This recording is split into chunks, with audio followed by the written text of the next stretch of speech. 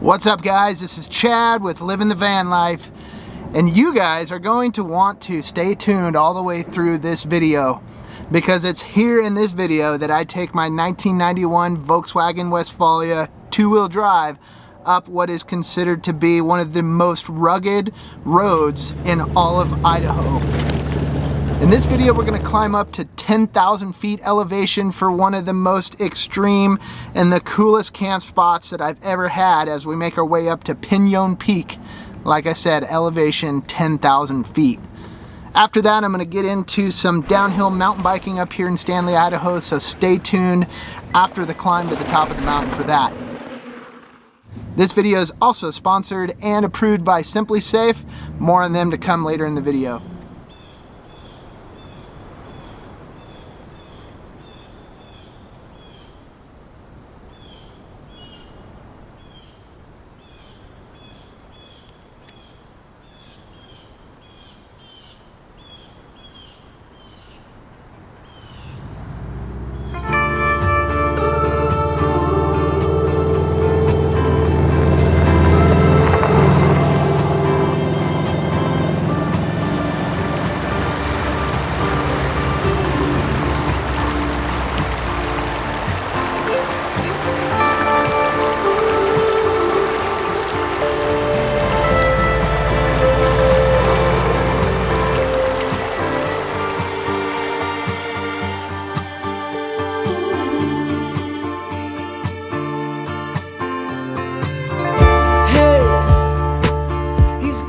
Looking quite beige,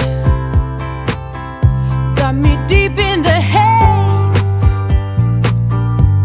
There's no more compassion, no.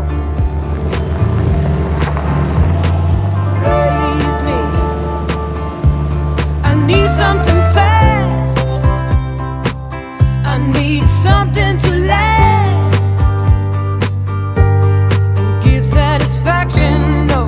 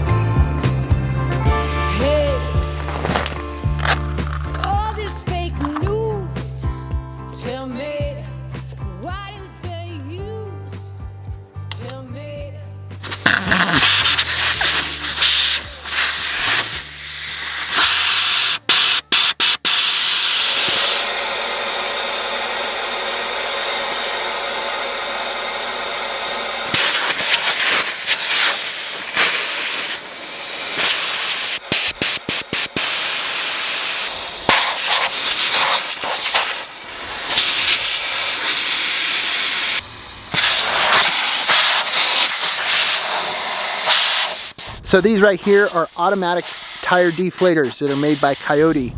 You're able to set your own desired PSI in which they shut off at. Here on the van, I've got mine set to about 15 PSI. So I throw these on, takes just a few minutes. By the time that I get to the fourth tire, the first tire that I started deflating is already done. I make the rounds, pull the deflators back off, and we hit the road.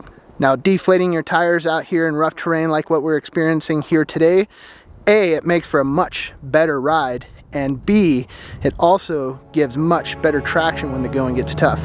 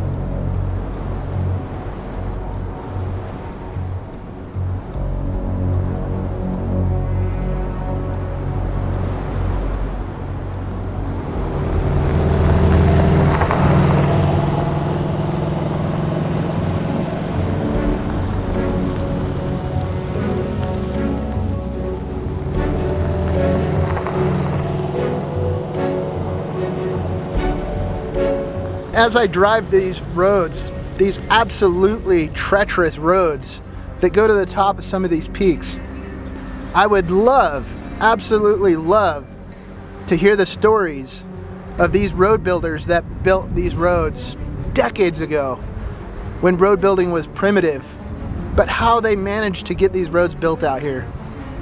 I'm certainly thankful for them, that's for sure, but I'm just in awe of how they must have accomplished it back in the day with very primitive tools, knowledge, and technology. Very, very cool step to contemplate while out here in the wilderness.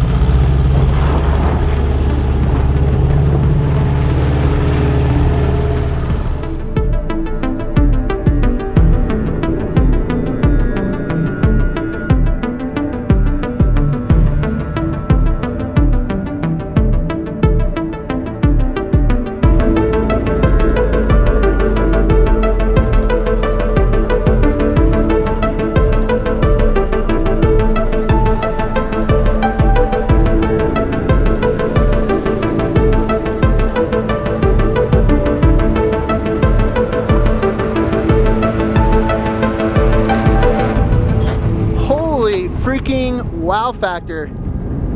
We're at 9,945 feet, just a few feet short of 10,000 feet. I have done some crazy roads in my time in the van over the years, but I tell you what, this drive out here to Pinyon Peak, that was an insane drive. This is an insane view, and this perhaps tops the list of the best place that I have called home for a night. Unbelievable.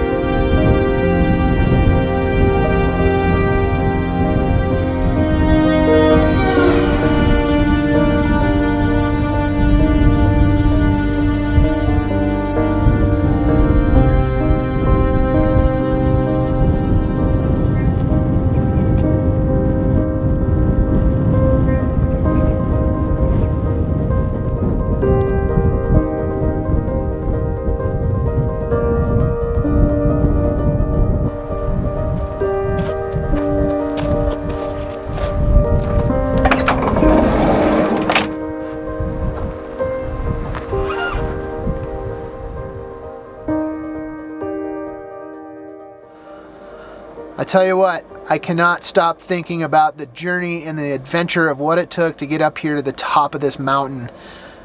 I started off at the highway at about 6,000 feet elevation and made it all the way up here to just about 10,000 feet. So about 4,000 feet of elevation gain, and I'm probably a good 30 miles off the highway. Now, I've certainly had some wild and crazy adventures in the van and always pushing the limits to see what this thing is capable of. In fact, just recently getting up to Buck Peak in Washington State. At that point, that was probably the craziest adventure I'd ever had this van in. But I tell you what, the mission of getting up here to the top of Pinyon Peak was absolutely exceptional. And I will definitely say that it is most certainly the craziest drive that I've ever done in this van. It was a matter of pushing the limits of the equipment, a matter of pushing the limits of my driving skills, and also a matter of pushing the limits of my courage to get all the way out here into the middle of nowhere. And to be able to park my van here at 10,000 feet elevation and have one of the most amazing views that this van and that I've ever seen, I feel very, very fortunate to be here right now. Anyhow, I am going to go ahead and do just a simple meal tonight. Here inside my van, I always carry several bags of the backpacking freeze-dried meals. They're super simple, they're lightweight, they're compact, they store nicely in the van, and I've always got 5 or 6 of these on board for situations just like this. For tonight, I'm going to be trying a meal by Alpine Air, some chicken gumbo. The great thing about these is I just throw some water on the jet boil, get it boiling, dump it here in the bag, and within minutes I've got a delicious meal. So it's definitely something you guys should consider doing, is keep your van cabinet stocked with 4 or 5 of these. They last forever, and like I said, they store so easily. I'm gonna hop to it and get some water boiling here. So this particular meal calls for 2.5 cups of boiling water.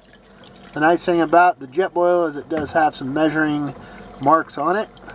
Go ahead and top that off there.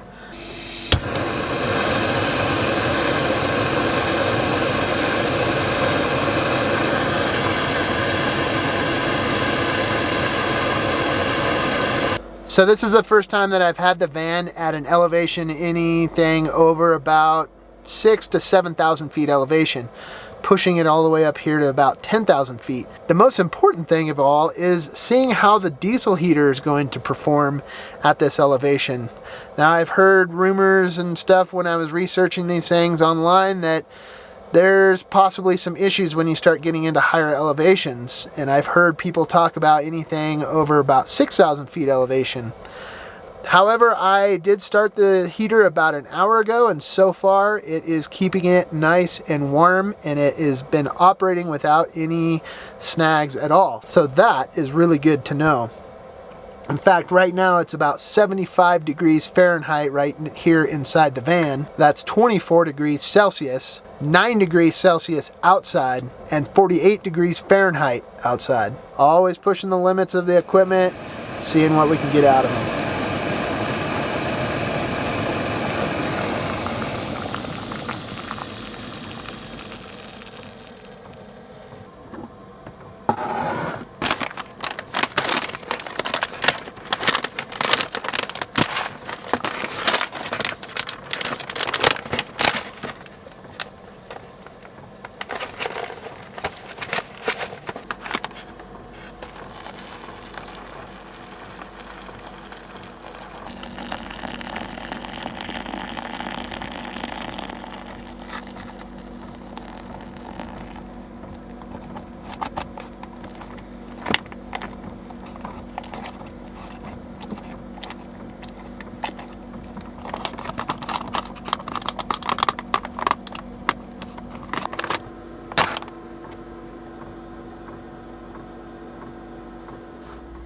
Well, that food is now doing its thing. And in the meantime, I'd like to talk to you guys about a cool new feature that I have set up right here in my van. Simplisafe on. Home. Now, for years now, I've always been a little bit concerned for, let's call it home security, if you will. Well, that is where Simplisafe comes into play. And Simplisafe is the sponsor of today's video. Simplisafe is an incredibly efficient and reliable home security system that's available for order online or over the telephone. It shows up at your doorstep, and you yourself can install it in your home in just under an hour. They provide 24/7 professional monitoring for as little as 50 cents a day, and if anything is triggered in your system, they notify the police and they come to your rescue. Like I said, it's simple enough that I can set it up right here in my van. I've got door sensors on all 4 doors. I've got a glass break sensor because if somebody's going to be breaking into a van, they're going to break some windows. I've got motion sensors front and rear, and a panic button that I can hit right from my bed at night if somebody's in and around my van or trying to break in. So that is super cool. Now, because I am off-grid, I don't actually utilize the 24/7 monitoring, but the base station that sits here in the middle of my van has a very loud 105 decibel alarm. So if anything's triggered here in my system, that alarm starts screaming, hopefully deterring any boogeyman, but definitely waking me up out of a sleep so I can attend to the issue. So guys, make sure and check out www.simplisafe.com/LTVL, which stands for Living the Van Life. And I would like to thank Simplisafe for sponsoring today's video and helping make this channel possible. All right, guys, I'm gonna jump into this food because it is smelling good. Well, that is definitely a sound that I like to hear right about now because I'm starving. A little trick that I use, because the bottom of the bags are so hot, it is hard to hold. What I figured out that I can do is slip it right down into my Jetboil. Then I've got a handle and I don't have to worry about the heat. The great thing about these meals too is that the cleanup is extremely minimal. You can eat them right out of the bag. No dishes, no nothing. Just the water that you boiled in the Jetboil. When you're done with it, toss your bag in the garbage, you're all set.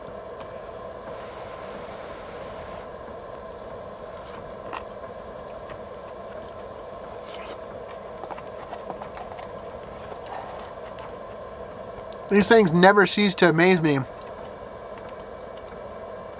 How actually delicious they can be. Doesn't taste much different than just a fresh home-cooked meal. especially for how simple it is right here in the van.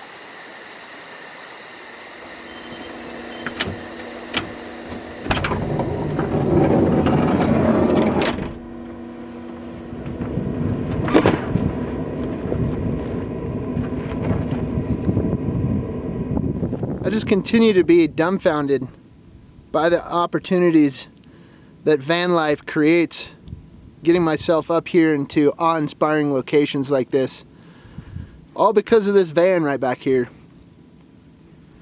I can't tell you the countless adventures that I've had because of this thing, just so many opportunities it has created, and living this way, being free and independent, living in a van, especially when it's up here at 10,000 feet elevation. What a freaking amazing journey.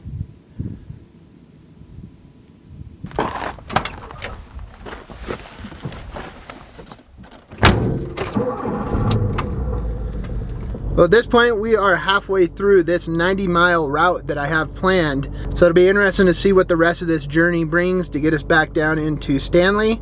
And from there, I think we're gonna check out some mountain biking. And from what I hear, Stanley and the Sawtooth Mountains region brings a lot of good mountain biking. So we're gonna check that out. Also some hot springs, and just see what Stanley, Idaho has to offer.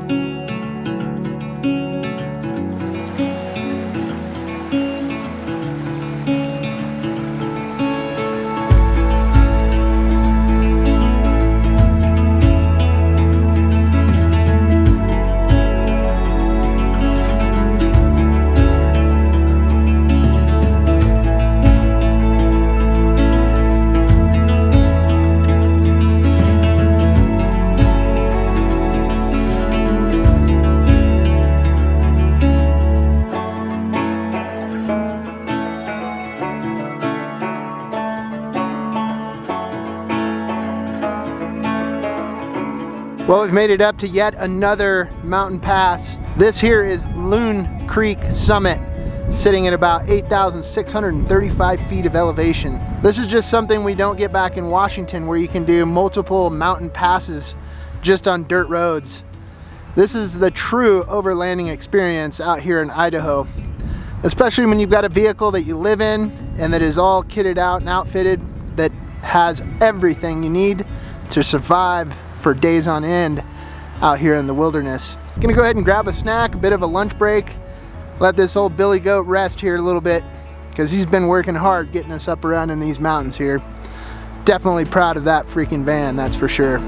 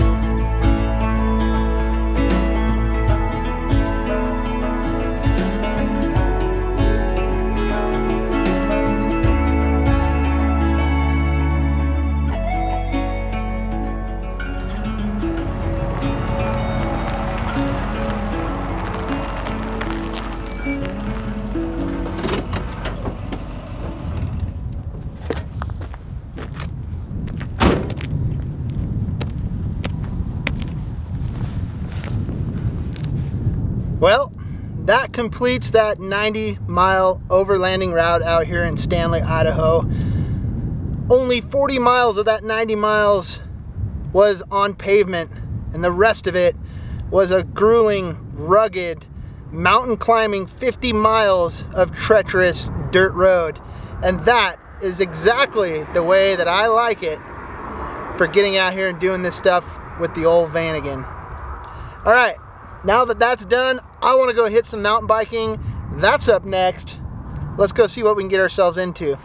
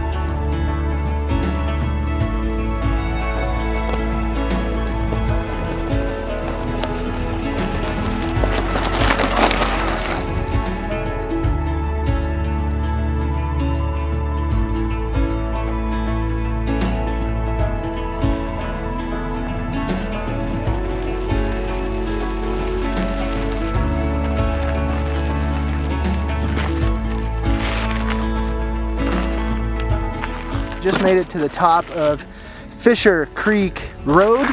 This is part of the Fisher Creek Loop.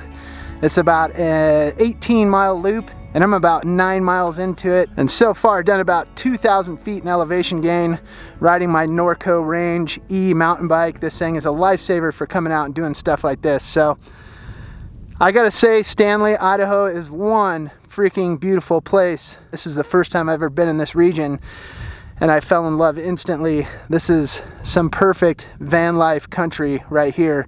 From here, I'm gonna jump into the rest of the loop that goes on behind me. I'm gonna head down the hill, see what I can get myself into.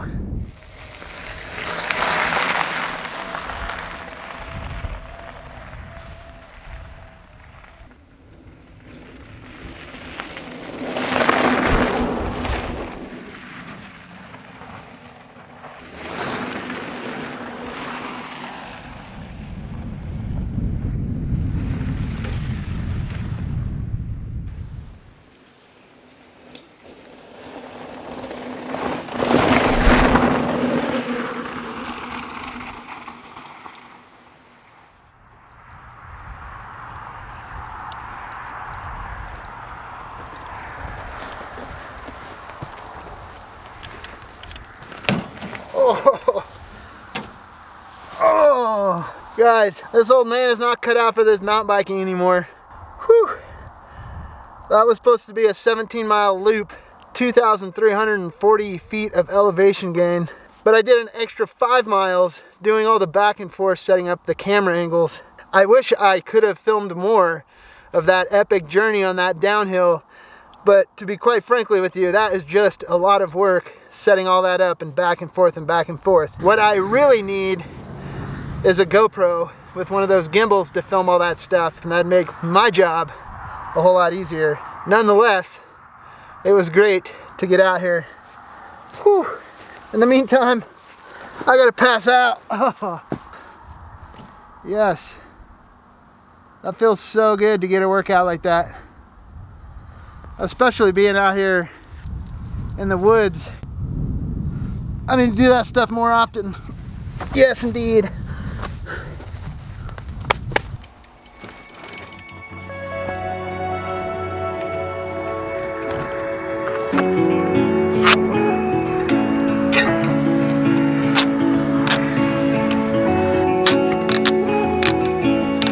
So my Norco Range downhill mountain bike, it is an e-bike, which means it's electric. So after every ride, you got to plug it into an AC source so that it's ready to go for the next mountain bike adventure. Well, how do you do that when you're living the van life and you're on the road? Well, that's where my Red Arc Electronics Manager 30 comes into play, because it's getting power from the alternator, which is feeding my Battleborn lithium batteries, which is feeding my inverter all the way back here to the e-bike. I've got the charge cord fed out the rear door here. I plug it into the e-bike, and while it's on the rack going down the highway, it's getting juiced up for the next adventure. Now, you guys might be wondering what the yellow straps are coming from the top of my hatch down to my bicycle rack. Well, truth be told, I've got a cheap knockoff bumper that isn't really an actual hitch. So the weight of the bicycles bouncing on the bike rack over time has actually cracked the weld in the bumper. So I put the yellow strap on there to support the extra weight. Well, after that grueling mountain bike ride and feeling exhausted, I figured it'd be cool to check out some of the hot springs that this area is known for. And out along the Salmon River, about 20 minutes east of Stanley, Idaho, there supposedly is some hot springs. So we're gonna go check that out. That ought to make for a relaxing evening.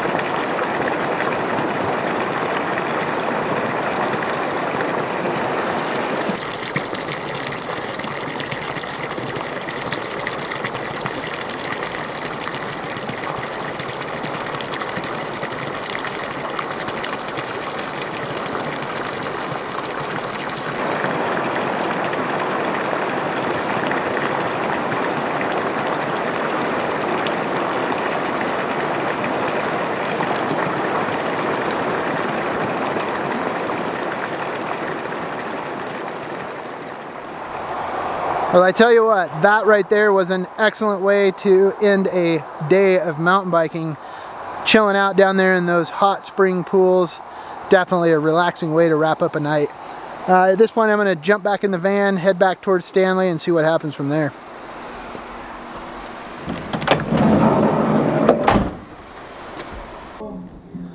Well, I just got back into downtown Stanley, and well, let's face it, downtown Stanley consists of a few restaurants, a bar, and the main street through town is dirt. And that right there tells you what kind of town that Stanley, Idaho is. Their population sign as you enter the town says population 63. When I'm out on the road tripping, traveling through these small towns in America, this is one of my favorite things to do, is just to jump into these little bars, have a few adult beverages, and get the vibes of these little towns. So there is a cool little bar open here with some live music. That's what I'm going to do this evening. I'm going to go hunker down, grab myself some warm food, relax for the rest of the evening, really rounding out all the options here in Stanley, Idaho.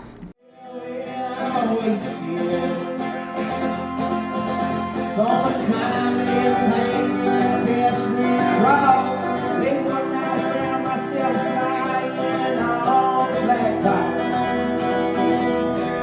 riding in white light. Went so much time and pain and cash withdrawal.